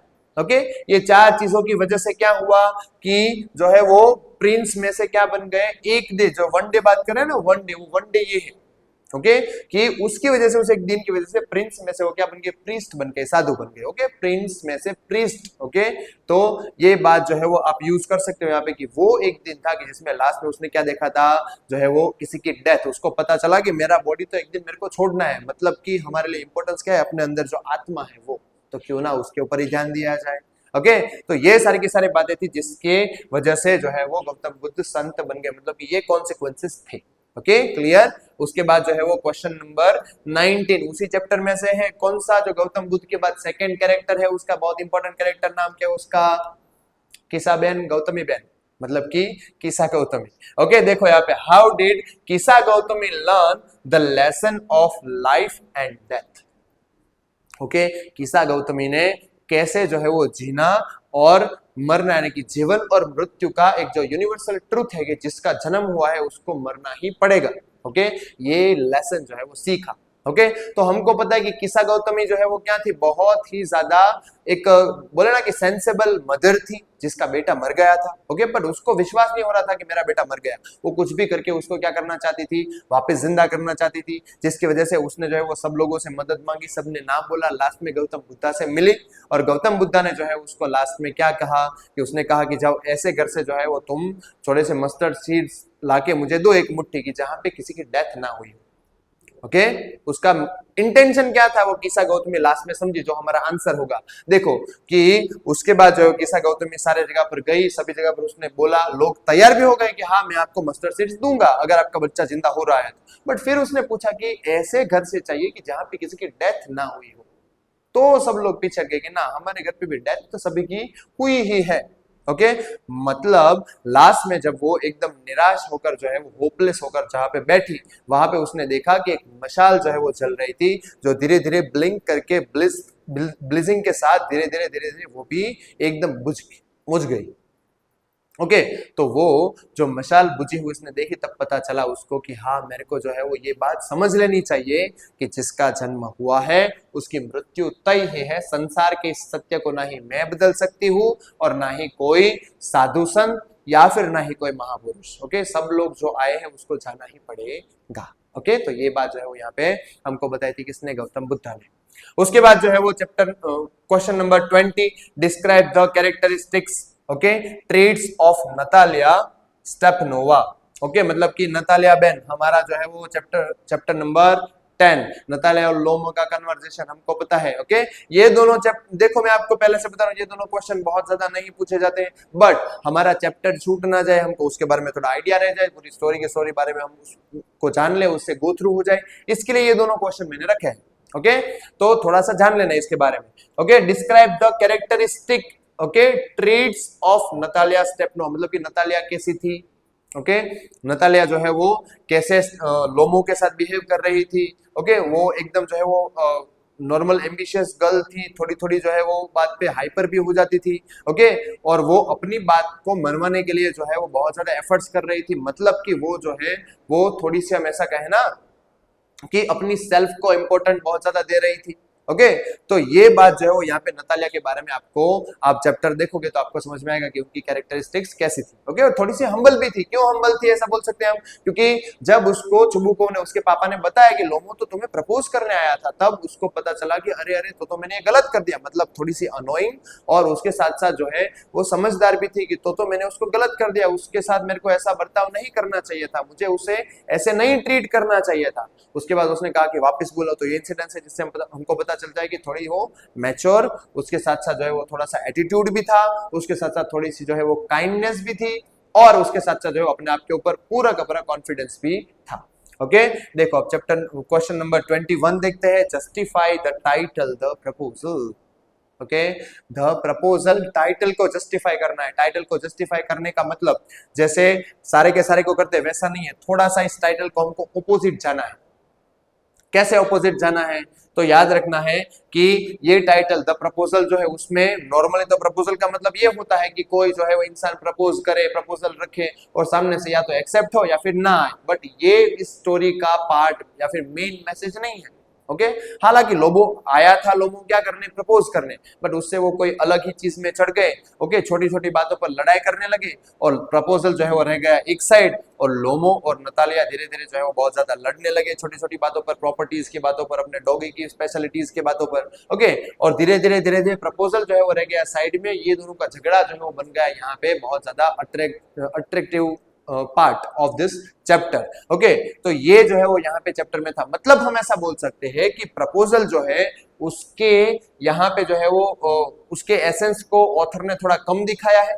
ओके या फिर हम ऐसा बोल सकते हैं कि प्रपोजल की आड़ में जो है वो ऑथर थोड़ा सा ह्यूमरस और थोड़ा सा जो है वो ऐसी बात हमको बताना चाहते हैं कि प्रपोजल जो मेन रीजन था उसको साइड में रख के जब लोगों जो है वो अपना ईगो बीच में आ जाता है या फिर लोग जो है वो कोई दूसरी बातों को लेकर बैठ जाते हैं, वैसे यहाँ पे जो है वो लोमो और नतालिया ने भी किया। लास्ट में जब चुबुको ने बताया कि लोमो जो है वो तुमको प्रपोज करने आया था, तो नतालिया जो है उसने लोमो के साथ जो है वो बात की, फिर से उसको बुलाया, लास्ट में जो है वो हैप्पी एंडिंग हो गई। नतालिया और लोमो दोनों जो है वो एक दूसरा का, नतालिया ने लोमो का प्रपोजल एक्सेप्ट कर लिया, दोनों शादी करने वाले थे। चुबुको ये देखकर, मतलब कि नतालिया का पापा, वो देखकर बहुत ज्यादा खुश हुआ। ओके, और दूसरी बार लड़ाई ना छिड़ जाए उसके पहले जो है वो चुबुको क्या बोलने लगी, वाह मेरा काम हो गया, अब जो है वो आप दोनों जल्दी से रिंग पहनाओ, शादी कर लो ताकि बात खत्म हो और मैं छूट जाऊं।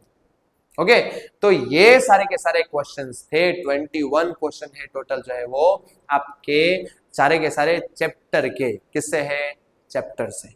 ओके, अब जो है वो छोटे से 9 क्वेश्चंस, पोएट्री सेक्शन बाकी ना रह जाए, इसकी वजह से थोड़े से जो है वो पोएट्री सेक्शन के फटाफट से क्वेश्चन आंसर देख लेते हैं ताकि हमको जो है वो पता चले, थोड़े से ही है, बहुत ज्यादा नहीं है, बट इंपॉर्टेंट बहुत ज्यादा है।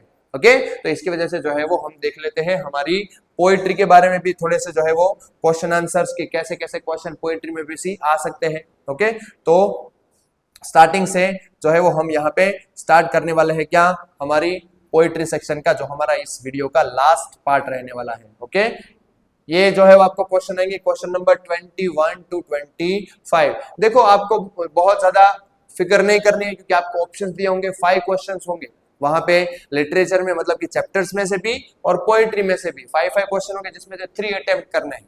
ओके, हमको टोटल 5 आते हैं तो 5 अटेम्प्ट नहीं करने हैं। ओके, 3 ही करने हैं, मार्क्स आपको सबके जो है वो 3 के ही मिलने वाले हैं, 5 के नहीं। ओके, तो उतना ही करना है, टाइम जो है वो बचाना है क्योंकि पेपर बहुत लेंथी होगा, एग्जाम में टाइम जो है वो बहुत ही ज्यादा स्पीड से जाएगा। ओके, तो ये बात ध्यान रखनी है। चलो फटाफट से पोएम के क्वेश्चन आंसर्स देख लेते हैं जिससे हमको उसमें भी कोई डाउट ना रह जाए।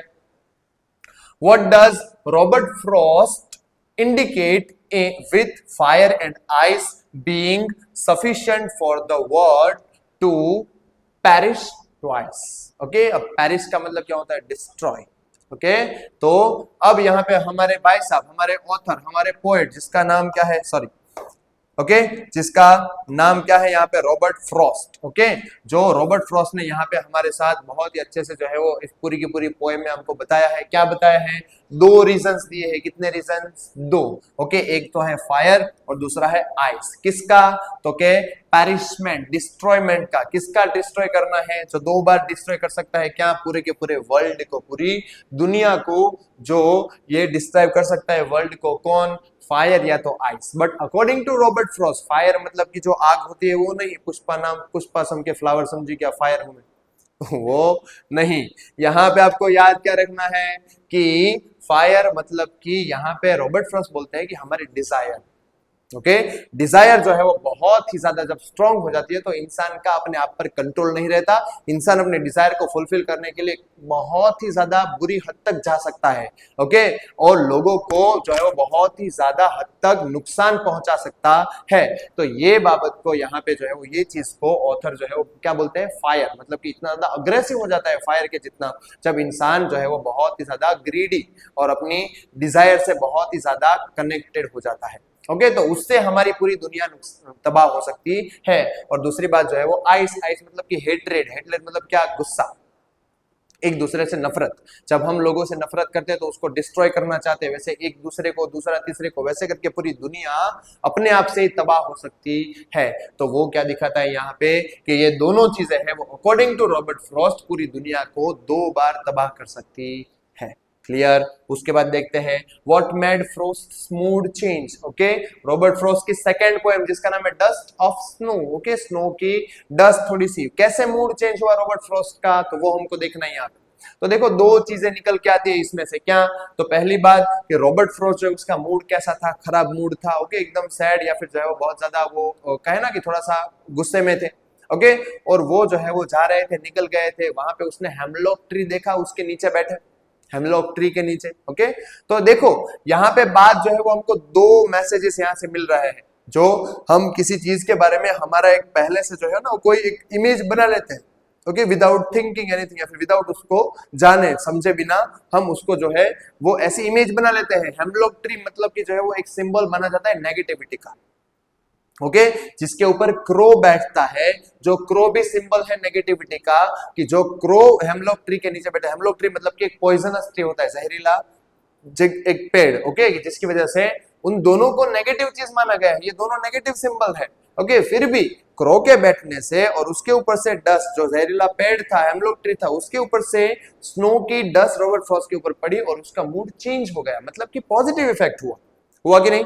तो ये पॉजिटिव इफेक्ट जो हमको बताता है ना कि हम जो है वो किसी चीज को बिना जाने समझे या फिर किसी दूसरे के एक जो है वो पॉइंट ऑफ व्यू को लेकर उसको हम भी बुरा कह देते हैं, वैसा करना चाहिए नहीं, ओके।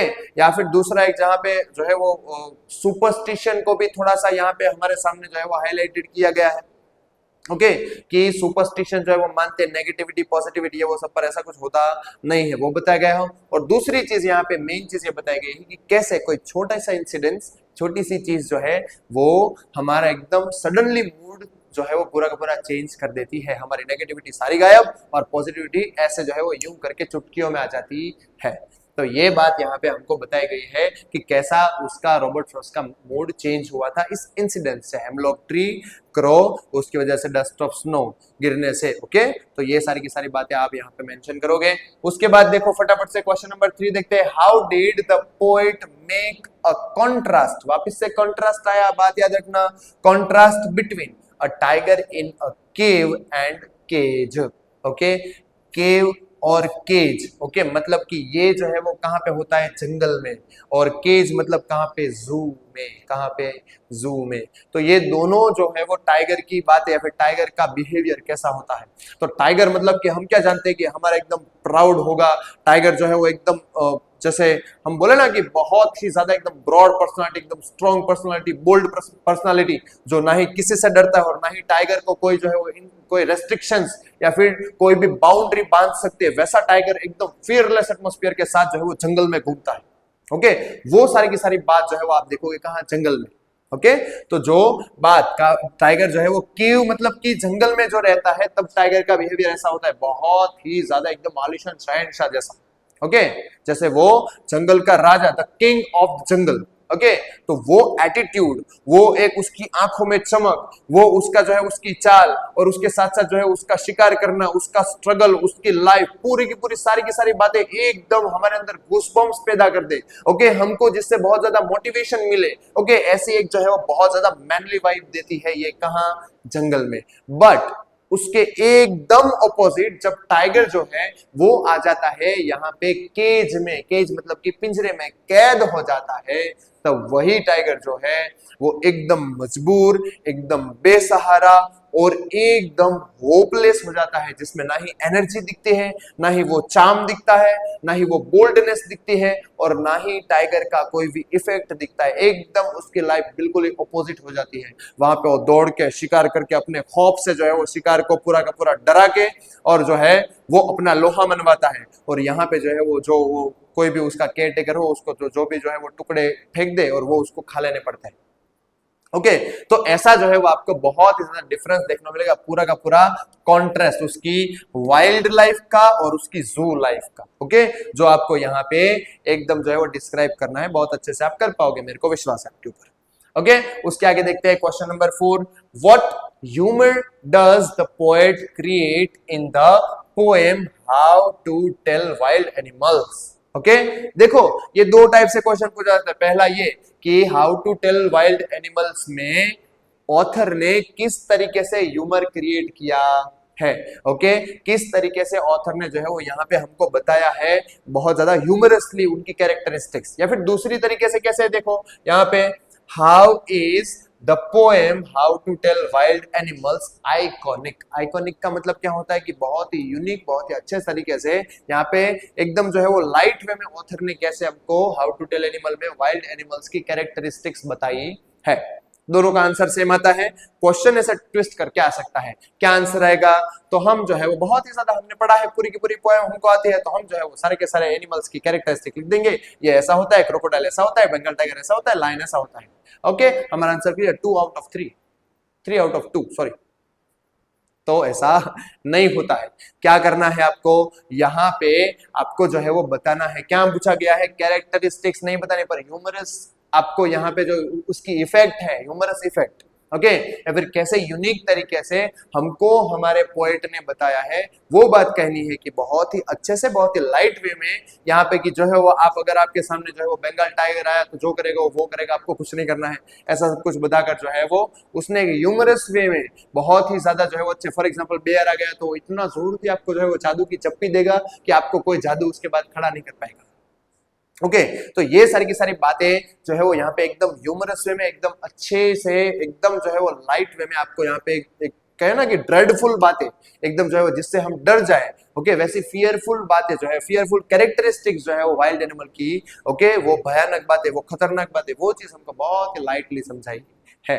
ओके इसका मतलब ये नहीं है कि शेर के सामने आकर खड़ा हो जाए। हाँ ओके तो अब आगे देखते हैं फटाफट से question 5, what purpose do you think John Berryman had when he didn't intrude the boy. Intrude का मतलब होता है मनाना, किसी को कन्वेंस करना, क्या करना, कन्वेंस करना या फिर मनाना, मतलब कि इंट्रूड क्या होता है, इंट्रूड। ओके तो इंट्रूड का मतलब होता है मनाना, कन्वेंस करना। देखो यहाँ पे क्या बोल रहे हैं कि हमारे जो पोएट है, याद रखना खास करके ये बात कि आपके लिए अगर सबसे ज्यादा इंपॉर्टेंट जो कोई पोएम होने वाला है, जिसमें से कॉम्प्रिहेंशंस भी आ सकते हैं, जिसमें से फिगर ऑफ स्पीच भी आ सकती है, और जिसमें से ये क्वेश्चन आंसर्स भी आ सकते हैं, तो वो 2 पोएम्स है मेरे हिसाब से। कौन सी 2 पोएम्स, तो आपको याद रखना है यहाँ पे 2 पोएम्स जो है वो कौन कौन सी है। पहली से है ये जिसमें से हमारा ये क्वेश्चन है, कौन सी पोएम में से क्वेश्चन है, द बॉल पोएम। कौन सी, द बॉल पोएम। और सेकंड है अमांडा। ओके अमांडा और बॉल पोएम, ये जो है वो खास करके 2 पोएम बहुत ज्यादा इंपॉर्टेंट आपके लिए होने वाली है, जिसमें से क्वेश्चन आंसर और सब कुछ चीजें आ सकती है। तो खास करके एकदम एकदम जो है वो प्रॉपर तरीके से उसको प्रिपेयर कर लेना। ओके और जो है वो हमारी एक पोएम है ट्रीज, वो भी ध्यान रखना, ट्रीज वाली, जिसमें ट्री के सिंबल से एक लेडी की लाइफ दिखाई गई है। ओके चलो आगे बढ़ते हैं। तो यहाँ पे जो है वो क्या बोला गया है कि ये पोएम हमारे जो है वो कि यहाँ पे क्या करना चाहिए मोस्ट ऑफली, कि छोटा बच्चा जब जो है वो रूठ जाता है, फिर सैड होता है, तो ऑब्वियसली बात है कि उसके पेरेंट्स, मम्मी पापा उसको मनाते हैं कि कोई बात नहीं बेटा, हो गया तो हो गया, दूसरा खरीद के ला देंगे, तुम्हारा ये खिलौना टूट गया। बट यहाँ पे जो है वो जॉन बैरीमैन जो है वो छोटे बच्चे से, अपने बेटे से या फिर कोई भी वो बॉय से जो है वो बॉल गुम जाता है, उससे वो बॉल जो है वो दूर हो जाता है।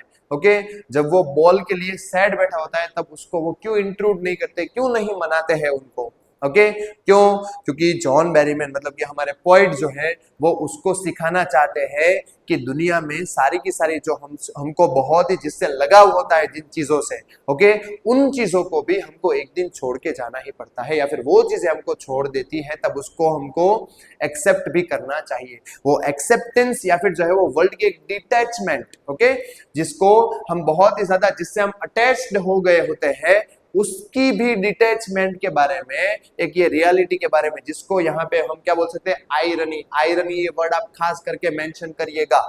ओके आपके एग्जाम के आंसर को या फिर जो है वो इस आंसर को आयरनी वर्ड जो है वो बहुत ही अच्छे से जस्टिफाई, और आपका जो है वो एकदम जो है वो नॉलेज या फिर कहे ना कि थोड़ी सी अलग, थोड़ी सी हाई स्टैंडर्ड इमेज बनाएगा कि आप उसको पूरा का पूरा समझ के लिख रहे हैं। हाँ ओके तो इसके लिए यहाँ पे ये आयरनी, ये जो है वो एक कड़वी वास्तविकता, हकीकत जो है वो यहाँ पे ऑथर, हमारे पोएट जो है वो बताना चाहते हैं किसको, ये बॉय को। इसके लिए वो उसको मनाते नहीं है, उसको वो दर्द या फिर वो सैडनेस जो है उसमें रहने देते हैं, क्योंकि एक बार वो उसको जो है वो एक्सपीरियंस करे तो उसके बाद वो जो है उसमें से रिकवर हो जाएगा, और इस इंसिडेंट से उसको पता चलेगा कि हमसे अगर कोई चीज दूर चली जाए, किसी को हम खो दे, तो भी हम जो है वो कभी, हमको डिप्रेस नहीं होना चाहिए, हमको मूव ऑन करना चाहिए, क्योंकि ये जो है वो हमारे वर्ल्ड का, हमारी दुनिया का एक नियम है। ओके उसके बाद हम देखते हैं कि what was the matter of discomfort और अनोयंस विथ अमांडा। ओके अब क्या मैटर था कि जिससे, अनोयंस का मतलब क्या होता है, थोड़ा सा इरिटेट होना है, फिर किसी बात से जो है वो आप डिसकंफर्टेबल हो, मतलब कि आपके लिए जो बात अच्छी नहीं, आपको जो अच्छी नहीं लग रही है। ओके, ऐसी इरिटेटिंग थिंग कौन सी थी? तो यहाँ पे आंसर सिंपल है, क्या? उसकी मम्मी जो उसको हर बात पर रोक टोक लगाती थी, ऐसे मत बैठो, ऐसे मत खाओ, ऐसे मत करो, ऐसे बिहेव मत करो, ये सारी की सारी बातें जो है वो अमांडा को पसंद आती नहीं है। ओके, जिसके ऊपर यहाँ पे हमको पोएट ने बहुत ही अच्छे से बताया है, इंसिडेंसेस भी दिए हैं कि जिसकी वजह से यहाँ पे अमांडा जो है वो अलग अलग चीजें बनना चाहती है कि अगर ये होता तो ये होता तो। ओके, तो ये उसकी मम्मी की जो एक रोक टोक थी सारी की सारी, वो बातें जो है वो अमांडा को इरिटेटिंग जो है वो लगती थी। क्लियर? उसके बाद चलो उससे ही रिलेटेड क्वेश्चन है हमारा। उसके बाद देखो, डिस्क्राइब अमांडास फैंटेसी। तीनों तीन क्वेश्चन यही है। ओके, तीनों मर्ज्ड भी आ सकते हैं और तीनों अलग अलग क्वेश्चन भी आ सकते हैं, इसलिए मैंने तीनों की तीनों अलग अलग रखे हैं यहाँ पे। देखो, describe Amanda's fantasy being a mermaid, fantasy being a orphan और fantasy being a Rapunzel। Okay, ये तीनों चीजें। तो देखो यहाँ पे जब अमांडा को उसकी मम्मी ऐसा बोलते है कि अमांडा तुम ठीक से बैठो, ऐसे मत बैठो, ओके, एकदम जो है वो हिलो डुलो मत, ओके, ऐसे जो है वो अमांडा को जब उसकी मम्मी बोलती है तो अमांडा को ऐसा लगता है कि काश में एक मरमेड होती। क्या होती? मरमेड, कि जो अपनी बॉडी को एकदम फ्लेक्सिबली, जैसे उसको मूव करना है, जैसे जहां पे उसको जाना है, कैसे जैसे भी हिलना डुलना है, वो एकदम फ्रीली हिल डुल सकती है, एकदम अपनी बॉडी को फ्लेक्सिबली मूव करा सकती है कि कोई भी उसको रोकने वाला होगा नहीं। ये सोच के अमांडा क्या बनना चाहती थी? मरमेड। ओके, सेकंड देखो, ये हमारे लास्ट टू क्वेश्चंस है। ओके, इसके बाद आपको हमारे जो है वो क्वेश्चन आंसर्स में कोई भी डाउट रहने वाला नहीं है। ओके, ऐसा मैं होप रखता हूं। उसके बाद लास्ट टू क्वेश्चंस के बाद हमारा जो है वो यहाँ पे ये सारा का सारी बातें खत्म होगी।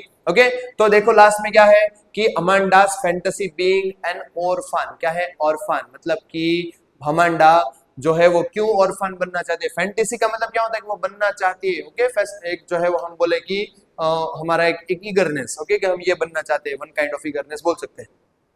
तो ऑर्फन क्यों बनना चाहती है? तो जब अमांडा को बोलती है कि अपने शूज ऐसे पहनो, ये वो सब करो, ओके, वैसे सब कुछ सिखाना चाहती है जब अमांडा की मम्मी उसको, ओके, तो वो चीज अमांडा को पसंद नहीं आती। तो अमांडा क्या बोलते हैं कि काश मैं ऑर्फन अनाथ होती, कि जिसकी वजह से ना ही मेरे को कोई से रोक टोक करता, ये पहनो, ये मत पहनो, शूज पहनना चाहिए, शूज नहीं पहनने चाहिए, शूज कैसे रखे, ये वो सब कुछ ऑर्फन जो है उसको कुछ आता नहीं है, कोई उसको रोक टोक नहीं करता, कोई सिखाता नहीं है। ओके, तो ये बात जो है उसको टारगेट करके अमांडा क्या बनना चाहती थी? एक ऑर्फन। और लास्ट में जो है वो अमांडा का रिपंजल बनने की चाह के पीछे का क्या रीजन था, ओके, वो यहाँ पे अगर आपको बताना हो तो हम जो है वो बता पाएंगे कि अमांडा जो है उसको उसकी मम्मी जो है वो कुछ भी ऐसे मत खाओ, ऐसे मत पियो, ये वो सब कुछ सब चीजें करती रहती थी। ओके, तब जो है वो अमांडा, और दूसरी चीज की उसके रिलेटिव्स और वो सब कुछ है, उनके सामने कैसे रहो, ये वो सब कुछ जो है उसकी मम्मी उसको बार बार टोकती रहती थी। तो उससे बचने के लिए अमांडा जो है वो ऐसा इमेजिन करते कि काश मैं रिपंजल होती, रिपंजल की जो एक बड़े से पिंजरे में या फिर बड़े से किले में कैद है। ओके, वो आपने शायद देखा हो, बड़े से बाल वाली एक जो बहन आती है, ओके, वो जो है वो क्या होती है? रिपंजल। ओके, तो यहाँ पे जो है वो अमांडा रिपंजल बनना चाहती थी कि जिससे क्या हो सके कि वो जो है वो एकदम कोई बड़े से किले में या फिर जो है वो बड़े से केज में पैक होता है, जहां पे कोई भी ना आए, ना ही कोई उसको कुछ बोले, ना ही किसी के सामने उसको जो है वो झूठ मूठ का दिखावा करना पड़े, और ना ही कुछ कोई उसको रोक टोक करे। ओके, तो ऐसे वो एकदम अकेली रहना चाहती, इसलिए उसने बोला कि मैं रिपंजल बन गई होती तो अच्छा होता, या फिर रिपंजल होती, काश मैं रिपंजल बन जाऊं कि जिसकी वजह से मुझे कोई ना ही रोके, ना ही कोई जो है वो मुझे परेशान करे, मैं अकेली जो है वो एकदम अपने आप में मस्त रहूं, अपने आप में ही व्यस्त रहूं। ओके, ऐसा कि मेरे लंबे बालों से मैं किसी को जो है वो खींचूं, ऐसा भी मैं नहीं करती और एकदम अकेली रहती। तो ये जो है वो सारे के सारे क्वेश्चंस थे आपकी पोएट्री में से या फिर पोएट्री सेक्शन में से। ओके, ये 9 क्वेश्चन जो है वो पोएट्री सेक्शंस के देख लेना, वो 21 क्वेश्चंस जो है वो पूरे के पूरे किससे देख लेना? लिटरेचर के या फिर आपके चैप्टर्स के। मतलब कि टोटल जो है वो आपके चैप्टर्स हो गए 13। कितने हुए? 30। और वो 30 क्वेश्चंस अगर आपने कर लिए, मतलब कि आपकी बोर्ड की एग्जाम एकदम 1 नंबर जाएंगी। ओके, बेस्ट ऑफ लक के साथ आज का यहाँ पे कन्वर्सेशन करते हैं ओवर। Thank you.